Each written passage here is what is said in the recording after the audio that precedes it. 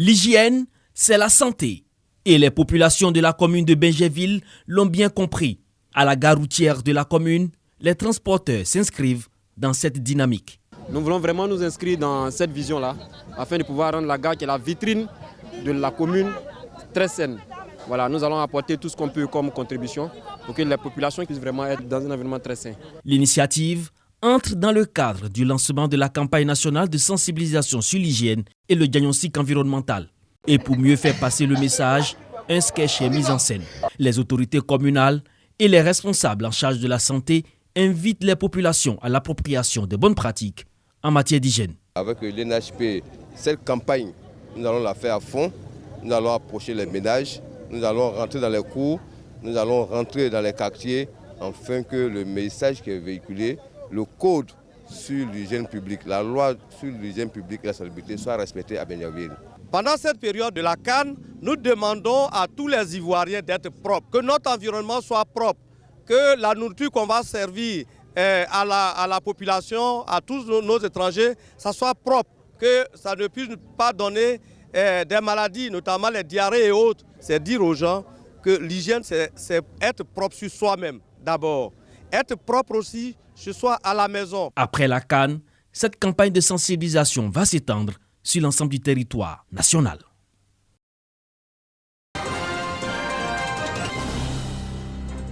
Intitulé Yamach, Mémoire d'éléphant, Histoire de Cannes, c'est une exposition qui retrace des moments forts de l'histoire du football en Côte d'Ivoire.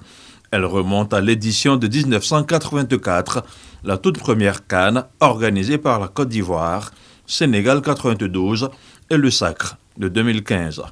La CAN, c'est le prétexte choisi pour lancer officiellement l'édition 2024 de Abidjan Artweek.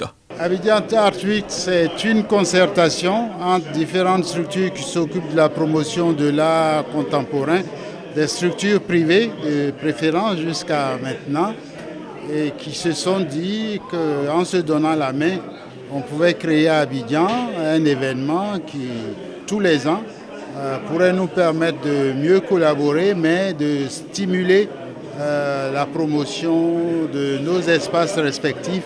Le visiteur qui s'aventure dans cette galerie peut ainsi apercevoir de grands acteurs de l'histoire du football ivoirien, des icônes honorées à travers des archives, des tableaux, des photographies, des vidéos et des coupures de presse. C'est un sport à propos. Les plasticiens peuvent s'inspirer du sport, du football pour réaliser les œuvres. C'est une exposition, je dirais, presque documentaire, avec laquelle il y a eu des apports de tableaux ou de sculptures qui ont un lien avec le sport, avec le football.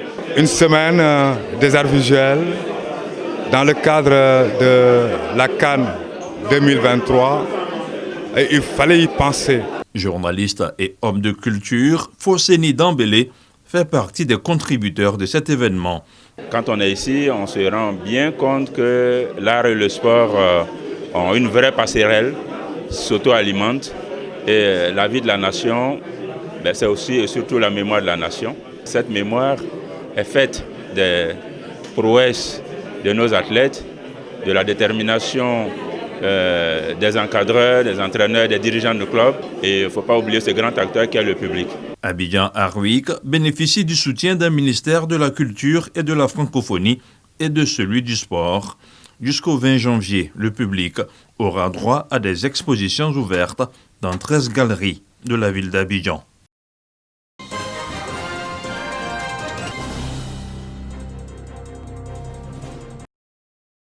Sécurisation des plages en période de Cannes. Après la zone Est, la Direction générale des affaires maritimes et portuaires renforce les capacités opérationnelles des agents des arrondissements de la zone Ouest aux stratégies de sécurisation des biens et des personnes sur les plages tout le long du littoral à cette période de la Cannes 2023.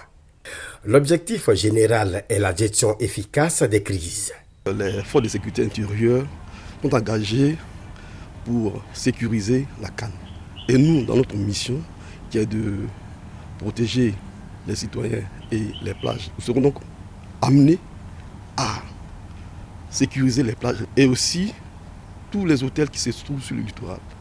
Donc, nous sommes venus apporter le message du directeur général. Il s'agissait donc de connaître leurs besoins en matière de la sécurisation des plages et des biens des personnes, leur stratégie en matière de sécurisation de la CAN. Les agents de la police maritime ont été également formés à l'encaissement des activités balnéaires. La zone ouest comprend les arrondissements de Grand Laou, de Fresco, de Sassandra, de San Pedro et celui de Tabou.